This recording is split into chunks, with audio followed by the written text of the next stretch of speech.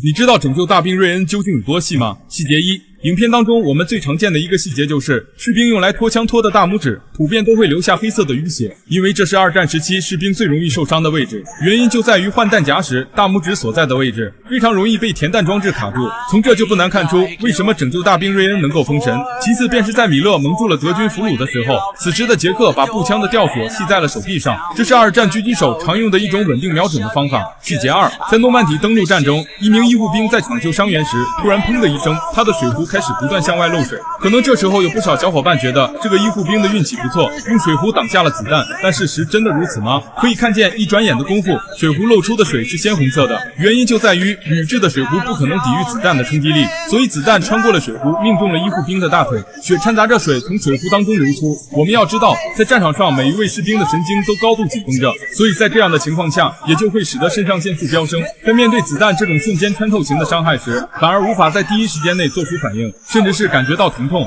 细节三，在这部影片中，不管是瑞恩还是拯救瑞恩的小队，他们8位成语都是虚构出来的，但是瑞恩的原型却和101空降师的士兵尼兰德有关。他和自己的3个哥哥同时服役，但不幸的是，他2位哥哥在诺曼底战役中阵亡了，而最后一位飞行员大哥却在缅甸战场执行飞行任务的过程中被日军击落，最终失踪。在如此特殊的情况下，尼兰德被部队批准回家，但他回家的过程十分简单，并没有像电影中那般需要拯救。在二战胜利过后，尼兰德的大哥竟奇迹般从日军的战俘营中存活下来。这里给大家分享一个小细节，那就是拯救大兵瑞恩和兄弟连有着不可划分的关系，他们讲的都是101空军师的故事。细节四，当大兵们打算原地休息时，一位美军不小心弄倒了木头，导致砸破了身后的砖墙。这时我们看到砖墙后面隐藏着德军的指挥部，随即就是双方持枪对峙，但是很显然谁都不敢开第一枪。在这样几乎没有掩体的遭遇战中，只要任何一方打出一枪，那么双方都会付出血的代价，所以影片当中双方谁也不敢开枪，只能大声地喊着让对方放下枪。不过庆幸的是美军有援兵，这才出其不意地将对方击灭，否则的话必会损失惨重。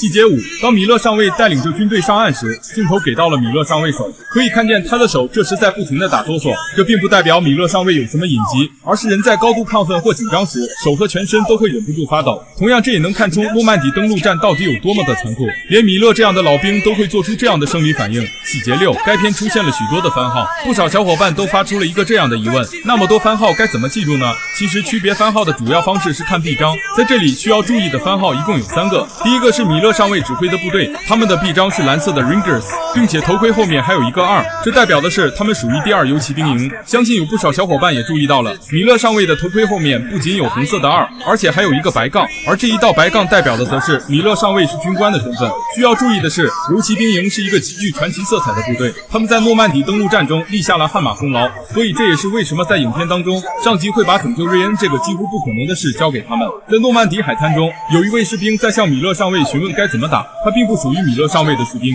而是属于美军29师的，他们的臂章是一个看起来比较像太极的白蓝色椭圆标志，而这一支军队同样也是诺曼底登陆战中的主要战力。第3个是瑞恩所在的101空降师，他的臂章是一头老鹰，这是作为影片中出现次数最多、战斗力最强的部队。细节7，当美国大兵成功打退了敌方士兵后，能够清楚地看到2名德军走到了美军枪口前想要投降，但是这2位士兵却以听不清德语的借口，直接将这2名俘虏就地解决了。看到这儿，有不少小伙伴可能要说，优待俘虏不是每一个国家首要的准则吗？但在诺曼底登陆战中，战场的随机应变以及无法猜测的人心，让他们宁愿抛弃这条国际准则。其实这只需要仔细想想也能理解，比较谁也想不到他什么时候能给你来一枪。还有就是这2个投降的德军其实并不是德国人，他们的身份是捷克人，原因就在于他们说的是捷克语，翻译下来是请不要杀我，我不是德国人，我是捷克人，我没有杀过任何人，我是捷克人。战争的残酷迫使着无数年轻的少年走上了战场，经典的电影之所以被称为经典，